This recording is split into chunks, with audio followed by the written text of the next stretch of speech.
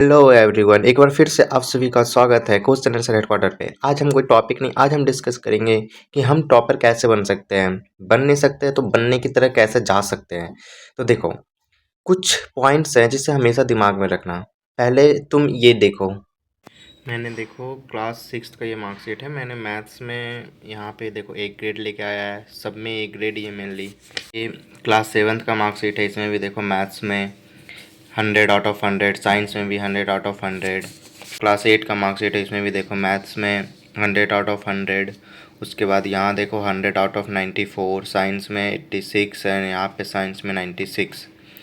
तो और इसमें मेरा क्लास 8 में रैंक थर्ड आया था, क्लास 7 में मेरा रैंक सेकेंड था क्लास में। तो मैं आज यही बताने वाला हूँ कि कैसे एक अच्छे स्ट्रेटजिक प्लान से पढ़।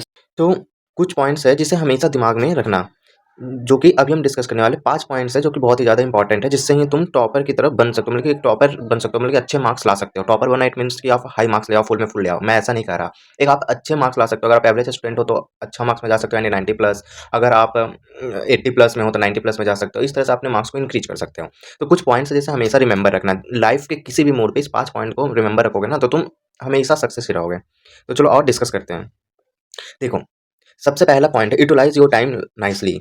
जो तुम्हारा टाइम है ना, उसको हमेशा अच्छे से इस्तेमाल करो। जैसे कि कितने बच्चों से पूछता हूँ कि क्या किया आज, तो बोलता है मैं यहाँ बिजी था, ये कर रहा था, टाइम ही नहीं मिला। भाई तुम अभी बच्चे हो, क्लास 6 7 8 में, इतने भी बिजी नहीं होते कि तुम्हें टाइम नहीं मिलता। तो अपने टाइम को एक स्मार्टली यूटिलाइज करो, जितना स्मार्टली यूज करो उतना। जैसे कि स्कूल जाते हो 6 घंटा, तो 6 घंटा तो पढ़ते नहीं हो, बीच में टाइम मिलता है, उसमें कुछ काम कर लो या फिर खेल लो थोड़ा। खेलना भी बहुत ज़्यादा इंपॉर्टेंट है। या फिर पढ़ लो। फिर जब स्कूल्स में अगर 6 घंटे पढ़ लोगे ना, तो घर आकर के तुम 1 या 2 घंटे भी पढ़ लोगे तो तुम आराम से फुल मार्क्स स्कोर कर सकते हो। मैं यही हमेशा किया करता था।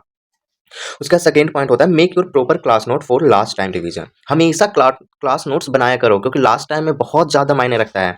इससे इंपॉर्टेंट कुछ हो ही नहीं सकता है। अगर तुम्हारे पास क्लास नोट नहीं है ना, लास्ट टाइम में तुम भटकते रहोगे, क्या पढ़ूँ क्या नहीं पढ़ूँ, क्या करूँ क्या ना करूँ। अगर क्लास नोट्स रहा तुम्हारे पास तो तुम हमेशा लास्ट टाइम में पढ़ लोगे, और लास्ट टाइम का रिवीजन ही हमेशा काम आता है। उसके बाद solve one exercise per day. अगर तुम मैथमेटिक्स में अच्छा करना चाहते हो तो डेली एक एक्सरसाइज तो सॉल्व करना ही करना है, चाहे कुछ भी हो जाए। एकदम रूटीन बना लो कि हम डेली एक्सरसाइज सॉल्व करेंगे।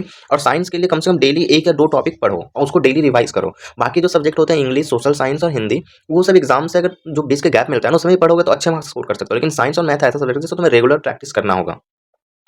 Fourth point, always ask your doubt, never feel Sai. कभी भी अपने डाउट को पूछने में साई फील मत करो।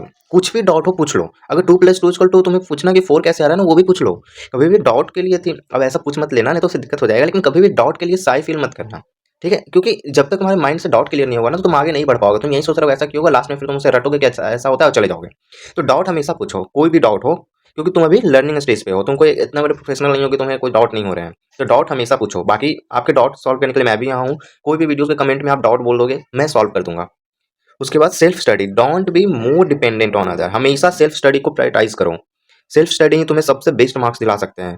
अगर तुम किसी पे डिपेंडेंट हो कि ये बंदा है या ये टीचर्स हैं हमें बहुत अच्छे से पढ़ा के मार्क्स दिला देंगे, ऐसा नहीं है। जब तक तुम सेल्फ स्टडी नहीं करोगे तब तक कुछ नहीं हो सकता। टीचर तुम्हें हमेशा गाइड करते हैं, सही डायरेक्शन देते हैं।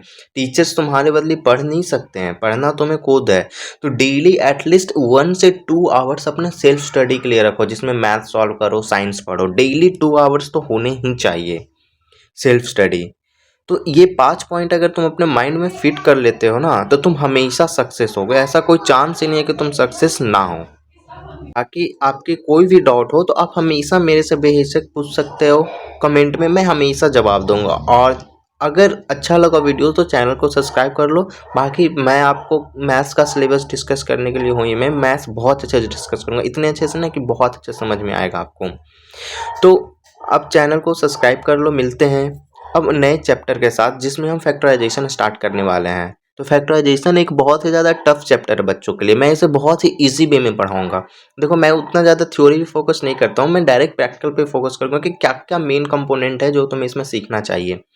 ठीक है, तो मिलते हैं फैक्टराइजेशन वीडियोज़ के साथ। तब तक के लिए सायोनारा। और हाँ, जाते जाते चैनल को भूल मत जाना,